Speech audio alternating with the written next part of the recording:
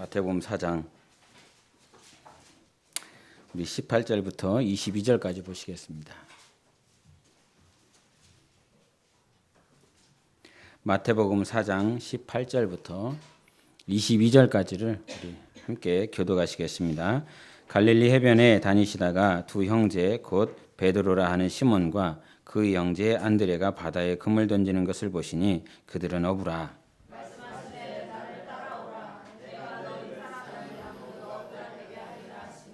그들이 곧 그물을 버려두고 예수를 따르니라.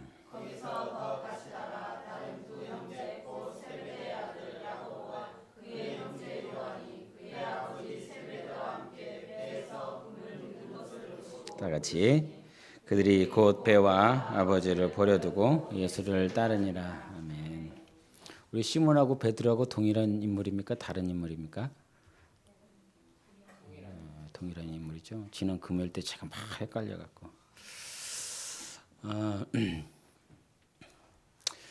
이렇게 오늘 본문에 이렇게 딱 보니까요, 네 사람이 등장하고요, 그리고 주님이 이렇게 등장을 합니다. 여기 몇 사람인지 모르겠는데 한 20사람 되려나? 오늘도 이 자리에도 몇 사람이라고는 숫자에 관계없이 주님께서 이렇게 우리를 보고 계십니다. 그리고 듣고 계십니다. 중요하게 여겨져야 될 것이 우리의 신분이고 우리의 과거의 직업이고 어떤 사람으로 살았고 어떤 위치에서 살았고 지위로 살았느냐라고 하는 저마다의 그런 과거의 이력들이 있습니다. 과거에는 아들로서만 있지만 이제는 아버지라는 이름으로 가지고 있고요. 또 목사라고 하는 직위를 가지고 있습니다. 아마 여러분도 저마다 사업장에서 아니면 학교에서 가정에서 여러분 나름대로의 지위를 가지고 있습니다. 직위를 가지고 있습니다. 그러나 그것들이 소중합니다. 귀한 것입니다. 그렇게 살아온 시간들이 참 많이 있었습니다. 아버지로서 잘 살아내보기를 아니면 상사로서 부하 직원으로서 잘 살아내보기를 그런 시간들이 있었습니다. 그런데 그런 시간들 속에서 오늘도 4명의 이 사도들, 주님의 제자들이 이렇게 등장하는데 그들의 삶도 마찬가지로 과거의 이력들이 있었습니다. 경력들이 있었고 지위들이 있었습니다. 그런 지위들 속에서 예수님께서 오셔서 이제 네가 고기를 낚는 어부지만 이제 사람을 낚아보지 않겠느냐 이렇게 말씀하십니다. 여러분 어떻게 대답하시겠습니까? 2000년 전의 얘기니까 나하고 상관없는 얘기가 아니라 주님이 지금도 이 자리에 그 당시에 4명의 제자들과 사도들과 함께하고 있었던 것처럼 우리와 지금 함께하고 계셔서 주님이 우리에게 이 시간에 말씀하십니다. 믿으십니까? 지금 이 시간에 말씀하고 계신 거 믿으십니까? 비록 조신양 목사가 서 있지만 조신양 목사를 통해서 주님이 여러분에게 물어보고 계십니다. 네가 과거에 이와 같은 이력을 가지고 지위를 가지고 고기를 낚았었던 어부다. 그러면 내가 너에게 물어볼게.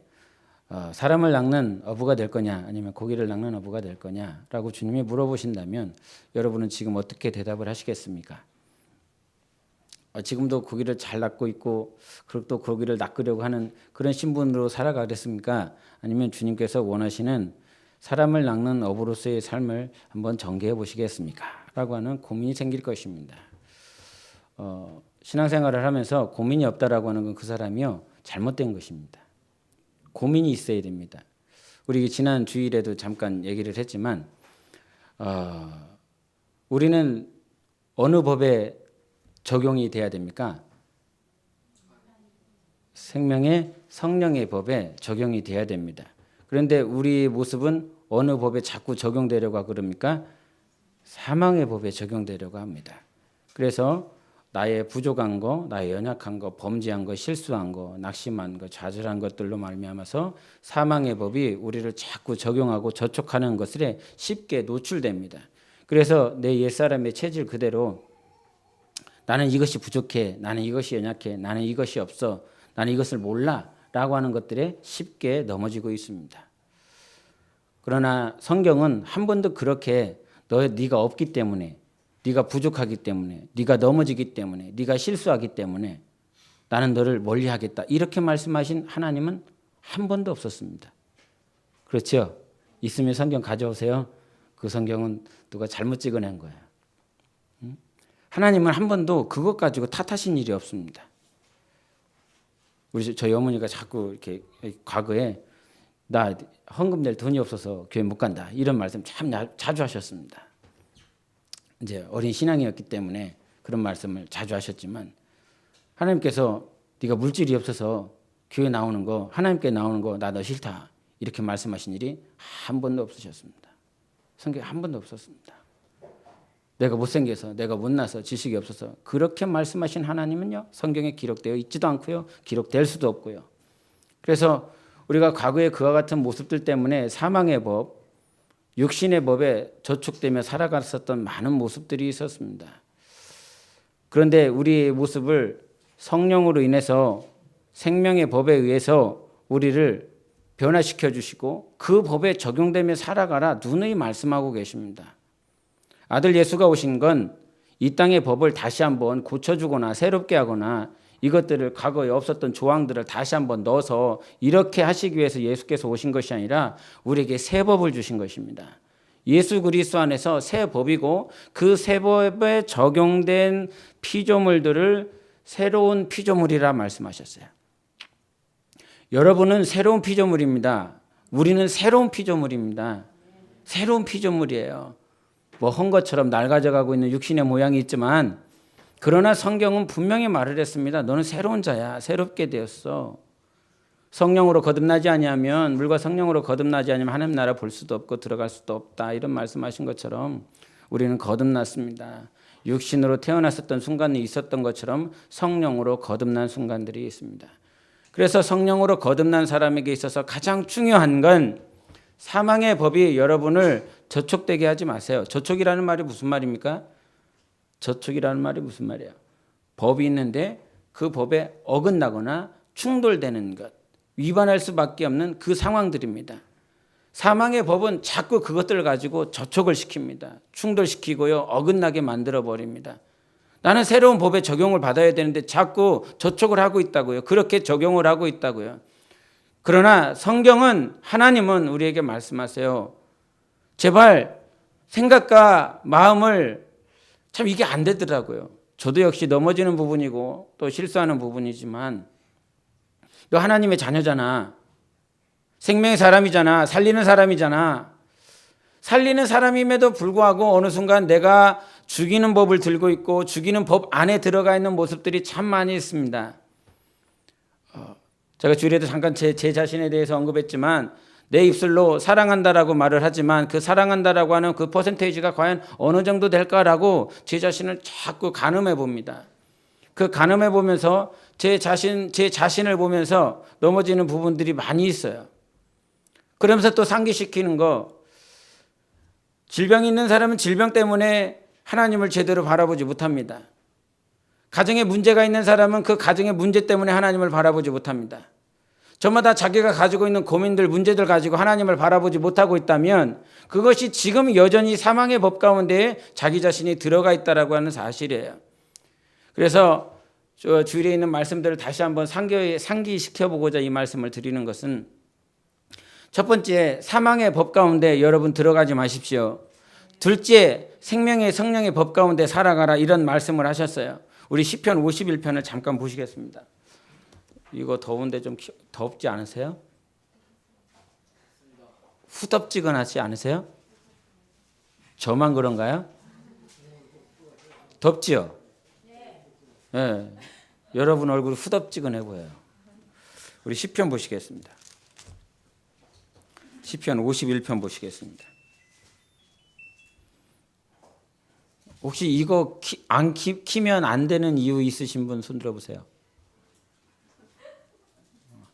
막 추운데 막 틀었다고 막 해갖고 또 예배 끝나면 또 여기서 뭔 소리 할까봐 싶어갖고 무서워요.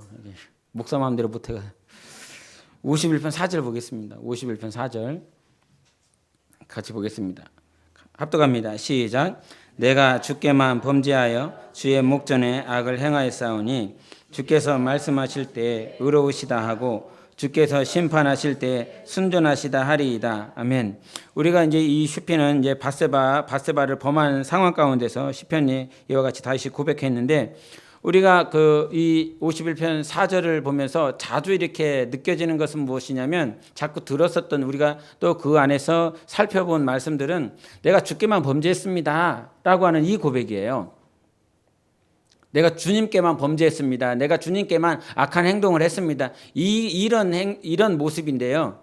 그런데 내가 주님께 이랬습니다라고 하는 건 우리도 하는 거예요. 내가 주님께 이랍니다. 내가 주님께 이럽니다. 이게 뭐예요? 내가 나로 말미암아 하나님께 올라가는 내 영혼의 반응인 거예요. 그런데 우리에게 더 중요한 건 내가 하나님께 어떠한 반응을 보였느냐라고 하는 부분도 중요하지만 하나님께서 나에 대한 어떠한 리액션을 하는 거지가 더 중요하지 않겠습니까? 나는 이렇게 하는데요. 주님, 나는 이렇게 하고 있는데요. 주님이 나를 어떻게 평가하는지가 더 중요하기 때문에 그 51편 4절에 하나님의 평가가 있습니다. 주께서 말씀하실 때 주님이 말씀하셨습니다. 주님이 말씀하시는 그 순간에 어떻게 나에게 말씀하시냐면 의롭다는 거예요. 너 의롭다. 그리고 너는 순전하다. 부정한 거 없고 불결한 거 없고 악한 거 없고 순전하다는 거예요. 정결하다는 거예요. 나는 주님께만 범죄했습니다. 내가 오늘 생각하는 거, 내가 오늘 하나님 앞에 기도하는 것, 하나님 저 하나님께 범죄했어요. 나 하나님 앞에 악한 일들을 행했습니다. 그런데 주님은 그래 너 악해. 너 범죄했어. 너 부정해. 이러한 주님의 판단이 정죄가 나를 붙잡는 것이 아니라 너는 의롭다는 거지요. 너는 순전하다라고 하는 거지요. 우리가 죄를 범했을 때, 우리가 악을 행했을 때 갈 수 있는 곳은 하나님께밖에 없습니다. 하나님 앞에밖에 없어요. 그러면 어디로 갈 거냐 이 말이죠. 당신이 범죄했는데, 당신이 악을 행했는데 어디로 갈 거냐 이 말이에요. 실수해서 넘어졌어요. 아는 것이 없어서 실수했어요. 자기의 감정에 휩싸여서 실수했어요. 어디로 갈 거냐 이 말이에요. 근데 어디로 갈 거냐라고 글쎄 다윗은 누구에게 갔냐면 하나님께 갔어요. 실수해도 하나님께 가야 되는 게 정답인 거예요. 내가 악을 행했어도 하나님께 가는 것이 그것이 겸손한 거예요. 내 입술로 범죄한 적이 많아요. 내 육신으로 행동으로 범죄한 적도 있어요. 왜 없겠어요? 많지요.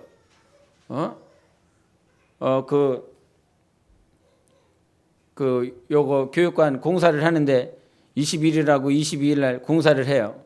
하는데 이렇게 어떻게 할지, 어디를 늘릴지, 무슨 재료를 쓸지, 자재를 쓸지 계속 한 일주일 동안 계속 말을 하는 것 같아요. 판넬을 써야 된다, 뭐 합판을 써야 된다, 뭐 이거를 어떻게 저기를 메꾸고 저기를 해야 된다, 이래야 저래야 된다. 그래갖고 이 사람하고 막 말을 했어요. 이 사람하고 말했더니 이렇게 하면 좋을 것 같아. 이렇게 딱 좋았어요. 아 그래 그렇게 하자. 잠깐 1초 있다 딴 사람이 왔어요. 딴 사람이 와서 막 이렇게 얘기를 해요. 이 사람 어디가 또 부족하네. 이 사람 또 좋은 걸 막 얘기를 해요. 요게 또 낫네. 그래서 이거 얘기를 해서 얘기를 해갖고 그 다음에 다 같이 모였어요. 또 다 같이 모였더니 막 여기 틀리고 저기 틀리고 이렇게 해야 되고 저렇게 해야 되고 막 하는 것들이 막 있는 거야. 일주일 동안 내내 그러는 거예요. 신경질이 나더라고요. 화가 나더라고요. 오늘 아침 왔더니 저희 사모가 갖고 막 또 얘기하는 거야. 이거는 저렇게 해야 돼. 나 설교 준비해야 돼. 나 할 것도 많아. 그래갖고요. 애또 막 화를 내버렸어요. 당신 다 해라고. 다 해버리라고. 이렇게 막 해버렸어요. 그래갖고 하루 종일 목회실 방구석에 앉아갖고 계속 있었어요. 뭐 하다 이쪽으로 왔냐. 저 넘어진 얘기 하고 있는 거야. 제 실수한 얘기 하고 있는 거야. 자, 저희 넘어진 거, 우리가 실수한 거, 오늘 찬양 때도 그랬지만 우리 연약합니다. 우리 넘어집니다.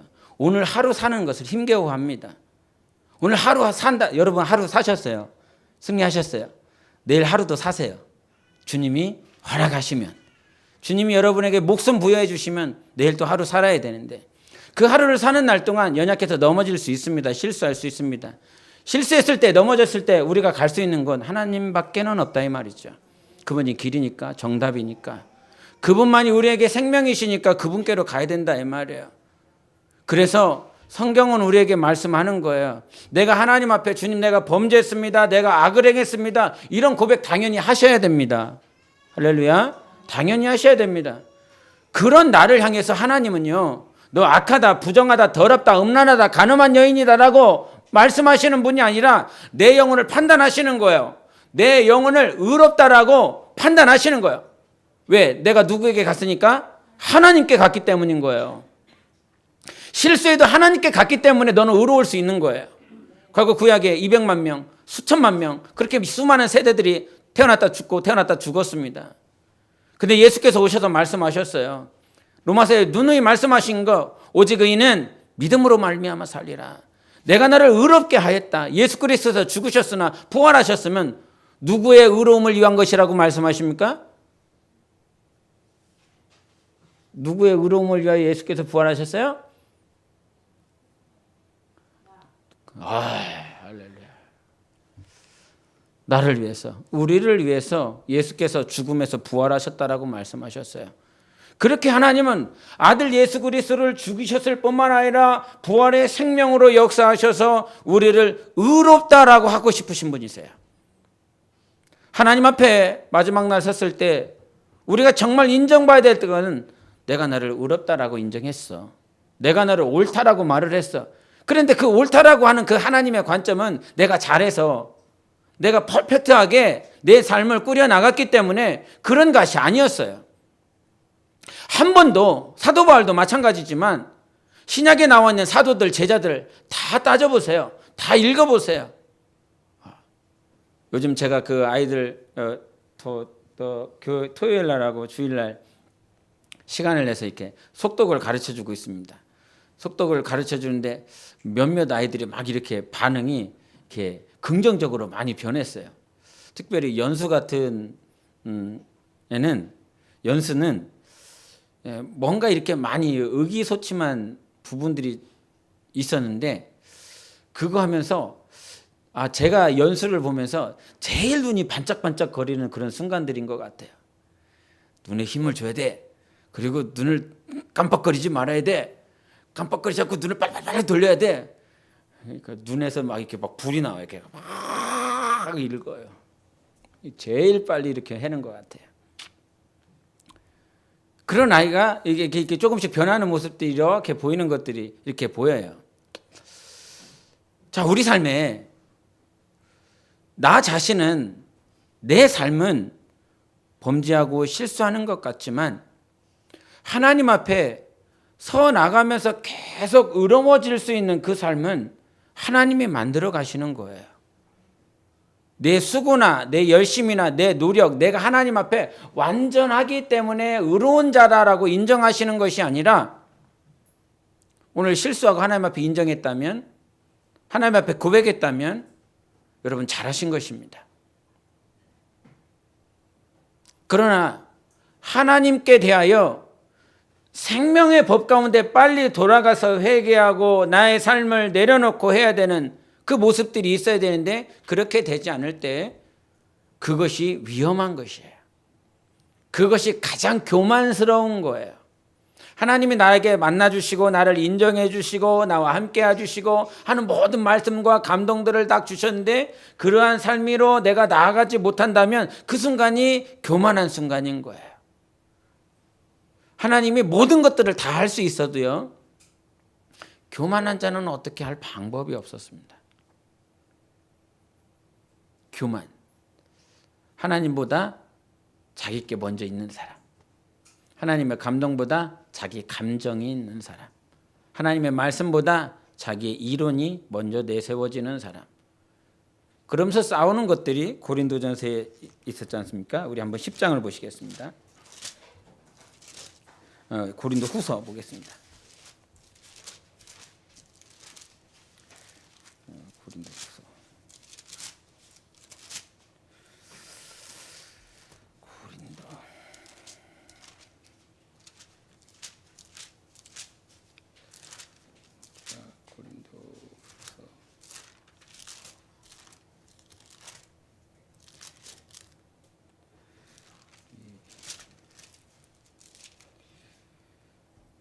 우리 4절을 보시겠습니다.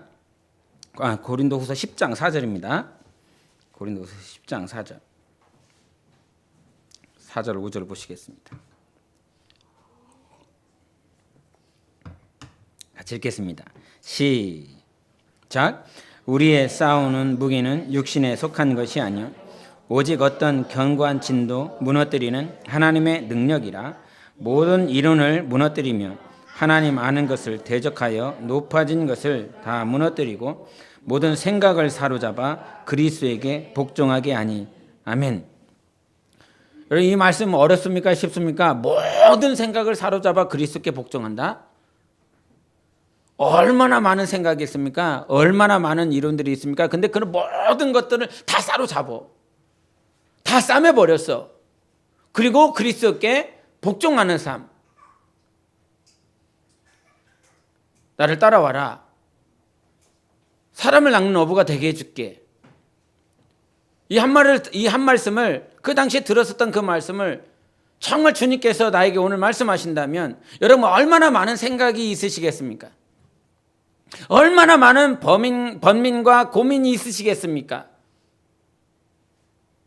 지금 베드로의 삶이나 아니면 그 안드레나 야고보나 요한의 삶을 자세히 들여다보면 그들의 가정은 누구에 의해서 지금 지탱이 되고 있냐면 그들에 의해서 그들이 잡은 그 고기로 인하여 모든 생계가 꾸려져 나가고 있습니다. 근데 특별히 세베대는 아들이 누구였습니까? 세베대의 아들이 야고보와 요한이었지요. 이 젊은 두 아들, 같이 일하고 있었던 세베대 하인들. 그럼에도 불구하고 예수께서 나를 따르라라고 말을 했을 때 아버지를 놓고 떠납니다. 베드로도 마찬가지고요. 베드로도 안드레도 이 성경을 잘 읽다 보면 장모도 등장해요. 아내도 등장해요. 장모가 있다라고 하는 것이 시아버지, 시어머니가 있다라고 하는 것이고 또 며느리 입장에서 보면요. 즉 자기 아버지, 자기 어머니가 있고요. 그렇게 삶을 다 살아가고 있어요. 자기 가정의 삶을 꾸려나가고 있는 거예요. 베드로와 안드레가. 그런데 갑자기 주님 오셔서 야, 네가 스스로 네 가정을 꾸려나가려고 했었던 그 삶들을 다 접고 나를 따라라 이 말이거든요. 얼마나 황당하겠어요. 아내 입장에서 보면 지금 베드로가 낚은 그 고기를 가지고 가정을 꾸려나가고 있는데 아내 입장에서 보면 이 사람이 돈을 안 벌고 주님 따라가겠다라고 그러니 얼마나 황당하겠어요. 이제 자기가 어떻게 그러니까 와이프 입장에서는 와이프가 이제 먹고 살아가야 되는 그런 어려운 시간들이 막 당면에 있거든요. 그런데 시간이 지나서 저 고린도 전서 후서에 이렇게 가보면 사도 바울이 어떤 얘기를 하냐면 게바가 그의 아내와 함께 사역하는 거 하나님의 일을 위해서 하는 것처럼 나도 못하겠느냐 이런 말을 해요. 베드로의 와이프가 어떻게 변했냐면 그 당시엔 참 힘들고 어려웠을 거예요. 그 당시에 고기만 낚아서 자기 가정을 꾸려나가기를 바랬는데도 불구하고 예수님 따라 나갔어요. 힘들었어요. 어려웠어요. 그런 삶 가운데 있었던 그 아내가 어느 순간 이제 베드로를 따라다니며 하나님의 일, 하나님의 나라를 위해서 함께 사역을 해요. 그의 아내가요. 아내와 남편이. 이거 쉽지 않거든요. 근데 그 아내를 변화시키신 분은 누구시냐면 하나님이셔요. 믿으십니까? 남편의 삶을 변화시키고 아내의 삶을 변화시키는 분 하나님이셨어요.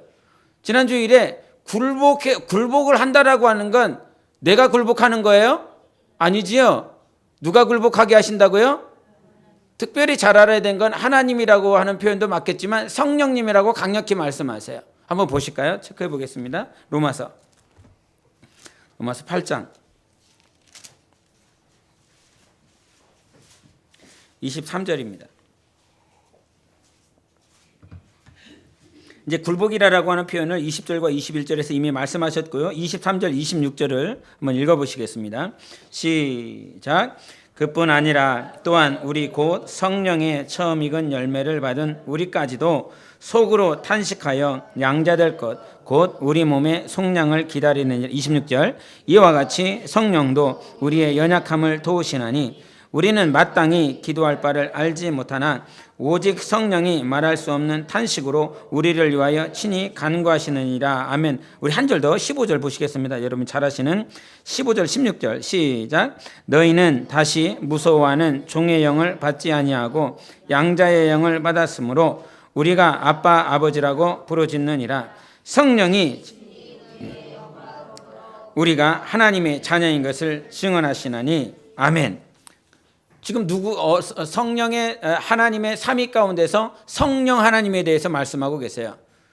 우리의 연약한 것 간구하시는 분 성령님.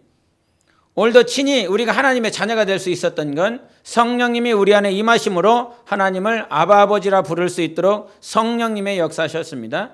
마찬가지로 오늘 우리의 삶 가운데 여러분의 많은 고민이 있을 것입니다. 고난이 있을 것입니다. 그 고민과 고난과 번민 가운데 내가 많은 생각들이 있어요. 이론들이 있어요. 그런 많은 이론과 생각들, 번민들을 그리스도께 복종케 하셔서 굴복케 하시는 분은 성령 하나님이십니다. 그 성령 하나님께서 우리의 삶을 굴복하게 하시는 거예요. 그렇게 자기 아버지, 와이프, 장모님도 막 성경에 등장하잖아요. 베드로의 삶에 보면. 그렇게 자기 가족들이 막 있어요. 그런데 주님은 오셔서 지금 하루하루 살아가기도 힘든 그에게 야, 포기해라. 내려놔라. 아버지, 장모님, 네 와이프, 그리고 자기 친형제와 함께 예수님 따라가라고, 따라야 된다. 이런 말을 지금 듣고 있다 이 말이지요. 굴복할 수 있겠어요, 없겠어요? 굴복이 쉽지 않을 것 같습니다. 주님이 붙잡아 주시지 않는다면. 처음 만났는데요. 예수님 처음 만났어요. 갈릴리 바다에서. 처음 만났는데 너 나를 따르라. 그랬는데 따라가요. 아마 그 안에서 분명한 주님의 역사가 있었을 거예요. 하나님의 역사가 있었을 거예요. 초면에 만나갖고 제가 여러분한테 당신 하나님의 일을 하십시오. 모든 직업을 내팽개치고 하나님을 따르십시오. 이런다고 하면 여러분 아무도 안 따를 거잖아요. 근데 갑자기 예수님이 오셨는데 그에게 오셔서 나를 따르라 그래요. 분명한 하나님의 역사가 있었을 거예요. 하나님께서 그의 마음과 생각을 붙잡아 주신 것이 있었을 거예요. 우리가 하나님 앞에 서는 그날까지요. 우리가 누누이 강조하고 있지만 성령께서 가르쳐주고 있지만 우리를 변화시키는 건 하나님 한 분이세요. 하나님 때문에 변화되고 있는 거예요. 오늘 찬양 그랬어요. 주님 앞에 서는 그날에 우리를 온전하게 하실 분은 하나님이시다. 우리를 온전하게 하실 그 하나님을 찬양합니다. 그분께 감사합니다. 그분께 영광 돌립니다. 그래서 우리가 열매라라고 하는 그 열매는 우리가 많은 것들이 있지만 열매에 대해서 특별히 강조할 때 여러분 가지고 있어야 될 것이 내가 이것을 경험했습니다. 내가 이런 간증이 있습니다. 이런 경험들을 했습니다. 이게 경험, 이게 열매가 아니라요. 우리의 열매는 삶으로 이렇게 드러나야 되는 거예요. 한 나무도 열매를 맺기까지 시간이 필요해요. 그런데 어떤 사람이 이 한 해를 보내고 나서 나 이거 경험했어요. 이거를 경험했어요. 그거는 시간인 거예요. 과정인 거예요. 열매가 맺기까지 과정인 거예요. 그래서 많은 이적기와 어떤 은사와 어떤 살아계신 하나님을 경험한 것, 그건 이적인 거예요. 그건 경험인 거예요. 은사인 거예요. 그러나 주님께서 성경 보세요. 예수님께서 하신 말씀을 보세요. 열매를 보세요. 열매에 대한 부분을 말했어요. 내가 너에게 은사를 열매로 줄게. 내가 능력을 너에게 은사로 줄게. 열매로 줄게. 이런 말씀이 아니잖아요. 열매는 하나님의 마음인 거예요. 주님의 성품인 거예요. 그 주님의 성품은 한날 한시에 갑자기 이루어지는 것이 아니라 하나님께서 우리를 인도하시는 그 과정 가운데 그 인도의 과정 가운데 순종하고 내가 주님을 배우려고 알려고 할 때 맺어지게 하시는 거예요. 내가 스스로 맺는 것이 아니라 주님과 함께 살아갈 때 하나님께서 우리를 맺게 하시는 것이 열매인 것입니다. 그러므로 우리 삶 가운데 지지난주 같아요. 지지난주 수요일 날 제사에 대해서 말을 한 적이 있습니다. 제사. 우리가 하나님 앞에 회복해야 될 제사가 3가지가 있다. 기억나시죠? 네, 기억나셔야 됩니다. 세 가지 제사가 있었는데 그 하나의 첫 번째 제사는 고난의 제사였어요. 예수님께서 성문 밖으로 영문 밖으로 그분이 나가셨다. 그래서 고난을 받는 것이 제사고 나아간다. 가까이 간다. 그것이 예배다. 그래서 우리 삶에 고난을 받는 예배가 있어야 된다. 제사가 있어야 된다. 그것이 첫 제사였고 두 번째 제사가 있었는데 그것은 찬양의 제사였어요. 이 찬양이라고 하는 말을 과거 구약에서는 말로 감사라라고 하는 표현을 했었죠. 그래서 찬양의 제사는 다른 것이 아니라 감사의 제사다. 그 감사의 제사라고 하는 건 한번 보실까요? 히브리서 13장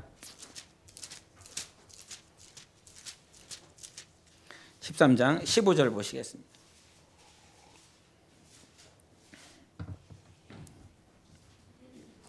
히브리서 13장 15절 같이 읽겠습니다. 시작. 그러므로 우리는 예수로 말미암아 항상 찬송의 제사를 하나님께 드리자. 이는 그 이름을 증언하는 입술의 열매니라. 아멘. 여기서 입술의 열매예요. 입술을 드린다는 게 아니에요. 뭐예요? 내 고백 듣기를 원하세요, 우리 주님은. 주님 무슨 고백 듣기 원한다고요? 내 입술의 고백인데 그 입술의 고백은 어떤 고백이에요? 감사의 고백 듣기를 원해요.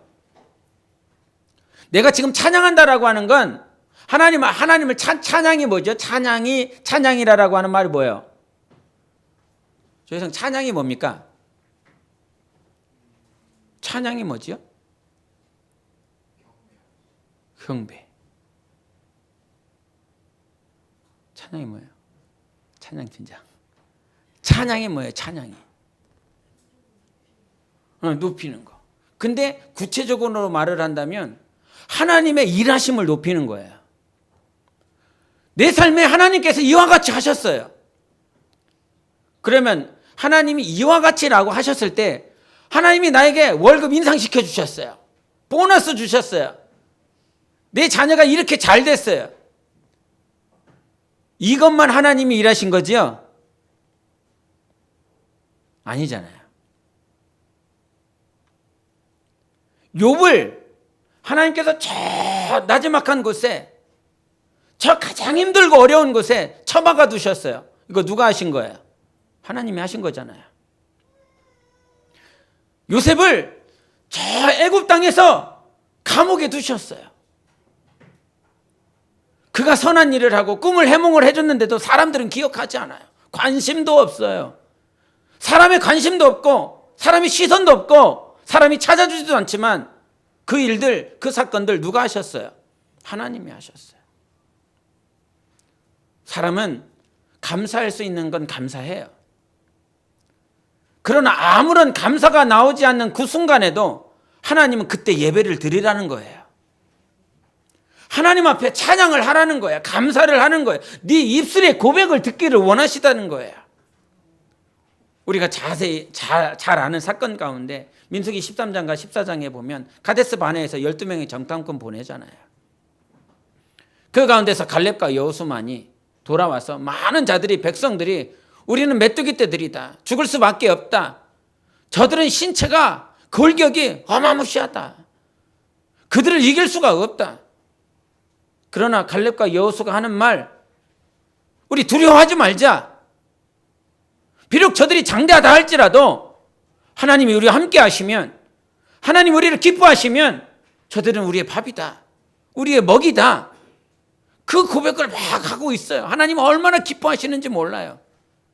그런가 반면 그 14장 28절에 이런 말씀도 있어요. 백성들이 계속 하나님 앞에 아우성되니까, 불평되니까 14장 28절에 뭐라고 말해요? 너희가 내 귀에 들린 대로 내가 너희에게 행하겠다. 이런 말씀하시잖아요. 여러분, 그 말씀을 오늘도 하나님께서 우리에게 하고 계시는 거예요. 감사할 수 없는 그 환경 가운데서 우리는요, 쌍소리 할 수 있어요. 안 하시는 것처럼 하지 마세요. 쌍소리 할 수 있어요. 비난할 수 있어요. 그러나 주님께서 우리에게 요구하시는 거, 그 순간에도 하나님께 예배해라. 나에게 예배해다오. 나를 인정해다오. 그것이 찬양인 거예요. 찬양의 가사가 찬양이 아니라, 찬양이라고 하는 건 우리 삶 가운데 하나님이 하시고 계시는 일, 믿음의 눈이 보이고 귀가 열렸을 때 하나님은 지금도 우리 삶 가운데 일하고 계셔. 하나님이 지금 역사하고 계셔. 보이지 않는 그 하나님께서 우리와 함께 하셔. 그것을 찬양할 때 하나님은 그 입술의 열매가 되겠다라고 하는 거예요. 열매를 드리겠다는 거예요. 우리가 과거보다 더 많은 감사의 열매가 맺어지시기를 바랍니다. 모든 순간들마다, 그 모든 순간이 때론 힘들고 어려울 수도 있어요. 하나님 왜 여기다가 처박아 놓으신 거야? 하나님 왜 난 그냥 고기만 낚으면서 하나님 신앙생활 하고 싶고 하나님 앞에 그냥 말씀 보고 예배하고 싶은데 왜 사람까지 낚으라고 그래요? 우리에게 더 많은 십자가로, 더 많은 멍에로 주님께서 요구하실 수 있어요. 그러나 그때 감사하세요. 그때 하나님을 인정하세요. 그 순간에 하나님을 인정하세요. 힘들고 어려울 때 하나님을 인정하세요. 그것이 찬양인 거예요. 그것이 예배인 거예요. 그 고백할 때, 그 찬양할 때 하나님께서는 우리에게 열매를 받으시겠다고 하셨어요. 그 열매를 받으시는 하나님께서 정말 우리 삶은요, 정말 아무것도 아닌 존재들인 거예요. 그렇게 넘어질 수밖에 없고 감사가 나오지 않는 환경 가운데서 살아가고 있는 우리들. 그러나 그와 같은 환경 가운데 여전히 하나님이 함께하고 있음을 인정하셔야 됩니다. 제가 성경을 보다 하갈과 이스마엘에 대한 그런 말씀에 대해서 이렇게 본 적이 있어요. 오늘도 갑자기 생각이 나서 나누는 것이지만, 여러분, 하나님께서 하갈과 이스마엘을 찾아주신 적이 몇 번 있습니까? 성경에서, 창세기에서 하갈과 이스마엘을 찾아주신 적이 몇 번이었나요? 직접적으로 2번 찾아주셨어요. 첫 번째는 그가 이스마엘을 잉태했을 때예요. 잉태해갖고 사라는 자식을 못 낳았는데 자기가 잉태하니까 교만해졌어요. 그래서 사라를 비난했어요. 꾸짖었어요. 그랬더니 사라가 그를 괴롭혔어요. 이에 하갈이 도망갑니다. 이스마엘을 잉태한 상태에서 막 도망갑니다. 그 도망가는 그 자리가 어디냐면요, 자기가 애굽으로 돌아가는 그 길이에요. 하갈의 출신은 애굽이지요. 자기가 태어났던 곳, 자기가 편한 곳, 자기가 익숙한 곳, 그것으로 돌아가려고 그럽니다. 힘들다고, 괴롭다고. 그 순간에 하나님 확 찾아주세요. 여호와의 사자가 이런 말 표현을 해요. 여호와의 사자가 그를 찾아주세요. 만나주세요. 내가 이렇게 괴로워서 도망가고 있어요. 그때 주님이 오셔서 너 다시 돌아가야 된다, 이런 말씀을 하세요. 그러면서 제가 의아한 거예요. 성경을 읽으면서 하갈은 첩이잖아요. 하나님이 약속하신 건 사라입니까, 하갈입니까? 사라잖아요. 근데 하나님이 약속하지 않은 그 하갈에게도 막 찾아가 주세요. 그러면서 여호와의 사자가 찾아간다, 이런 표현을 하세요. 근데 여호와의 사자는요, 아브라함에게 와 주셨던 그분이세요. 여호와의 사자는 내게 아들이 있을 것이다. 그리고 네가 나를 사랑하는 줄 알겠다, 경외하는 줄 알겠다 라고 만나 주셨던 이가 여호와의 사자예요. 그 여호와의 사자, 믿음의 조상을 만나 주셨던 그 여호와의 사자가 동일하게 하갈에게도 이렇게 만나 주십니다. 의아한 거예요. 아니, 사라를 직접 만나 주시지, 사라는 덜 만나 주시고 지금 하갈을 만나 주시고, 이스마엘을 나중에 21장에서는 또 이스마엘의 울음소리 때문에 하나님께서 직접 찾아오셔서 이스마엘의 그 우는 소리를 보시며 오아시스를 열어주시고 우물을 열어주셔서 살려주세요. 너무 의아한 거예요. 약속의 자손은 이삭이고 사라인데 그 순간에 이 하갈의 모습과 이스마엘의 모습에도 주님께서 이렇게 친히 찾아오셔서 그를 살려주시고 다시 그가 교만을 무너뜨리고 다시 돌아가서 십자가를 매는 그런 삶으로 다시 돌아가게 만들어버려요. 근데 이 말씀이 이제 16장에 나오는데, 이 16장에서 그 순간에 하갈이 고백하는 말이 있어요. 하나님이 나를 감찰하신다, 이런 말씀이 있어요. 그리고 그 우물을 그 만났었던 여호와의 사자를 만났었던 그 지역 이름을 부엘라 라헤로이라 그래요. 거기가 뭐냐면 하나님께서 나를 돌보시고 계신다, 하나님이 나를 보시고 계신다, 이런 말씀이거든요. 인간적으로 보면 그냥 첩이고 그냥 첩의 자식이고 약속과 전혀 상관없는 혈통이고 족속인 거예요. 그런데 주님이 여호와의 사자라고 하는 그 현현으로 이렇게 찾아와 주셔서 그를 구해 주시고 그의 고백 속에 하나님은 어떤 분이시냐면 나를 감찰하고 계시는 분이야. 나를 돌보시는 분이셔. 그게 다 사라졌어요. 과거에 힘들고 어려운 것들이 다 사라졌어요. 사라가 자기를 힘들고 어렵게 했었던 그 모든 무게들보다 더 감사하고 기뻐할 수 있었던 건 그 괴로움이라고 하는 십자가 자리로 돌아갈 수 있었던 건 그 괴로움의 무게보다 지금 하나님께서 나를 돌보시고 나를 감찰하고 있다라고 하는 그 사실 때문에 그 괴로움을 이기고 다시 한번 그 자리로 돌아가서 승리하는 삶을 살아갈 수 있도록 하나님께서 인도해 주셨다라고 하는 거예요. 그 말씀을 보면서 우리는 마치 이 하갈처럼 이스마엘처럼 약속의 자손들 아니었잖아요. 혈통적으로 아브라함의 자손들이 아니잖아요. 혈통적으로 자손들이 아니잖아요.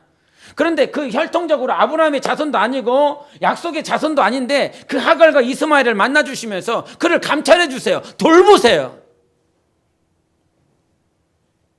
약속의 자손도 아니고 혈통의 자손도 아니고 하나님께서 말씀하신 자손도 아닌데 하나님께서 그를 돌봐주시고 감찰하고 있어요.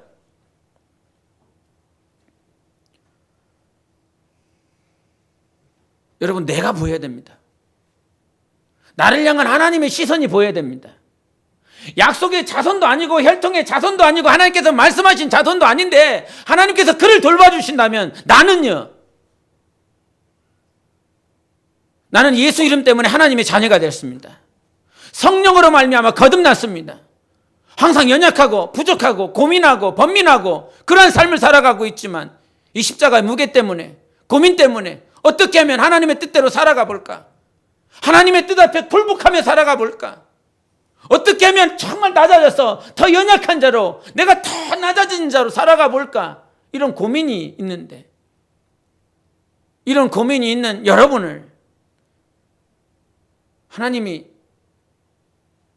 나 몰라라 하고 계시겠느냐 이 말이에요. 약속의 자손이 아니었었던 그들, 아브라함의 자손이 아니었었던 그들도 하나님께서 친히 찾아와 주셔서 만나주시고 돌봐주고 계십니다. 여러분, 우리 삶이 그런 거예요. 나는 이방 족속이었고 저도 저기 전라북도 시골에서 태어났거든요. 여기 시골 출신 많으시잖아요. 아무도 찾아와 주지 않았어요. 아무도 만나주지 않았어요. 그럼에도 불구하고 살아계신 하나님을 인정하시면 오늘 하나님께서 우리를 돌보시고 있다라고 하는 그 사실에 감사의 고백을 해보십시오. 하나님을 찬양해 보십시오. 하나님이 지금 나를 돌보고 있다고, 하나님이 나와 함께하고 있다고, 그 사실 때문에 우리가 넉넉히 이길 수 있는 거거든요. 그래서 우리가 하나님 앞에 살아가면서 눈이 강조하고 우리가 잊지 말아야 될 거, 하나님이 정말 나를 돌보시고 있고 감찰하고 있다면 내가 하나님의 뜻 앞에 굴복할 수 있어야 되지 않겠습니까? 그래요. 우리는 다 모든 것들을 처음부터 다 완벽하게 해낼 수 없는 그런 존재들입니다. 그러나 어느 순간요, 제가 바라고 원하는 열매는 내 마음과 내 입술이 하나가 되기를 원해요. 뭔 말이야? 잘 모르겠지만 내 마음과 내 입술이 정말 성령으로 하나가 되기를 원해요. 그것이 로마서에 바울이 정말 원했었던 모습이었습니다. 내가 말하는 것과 내가 행동하는 게 너무 달라. 내가 기도하는 것과 내가 삶을 살아가는 것이 달라.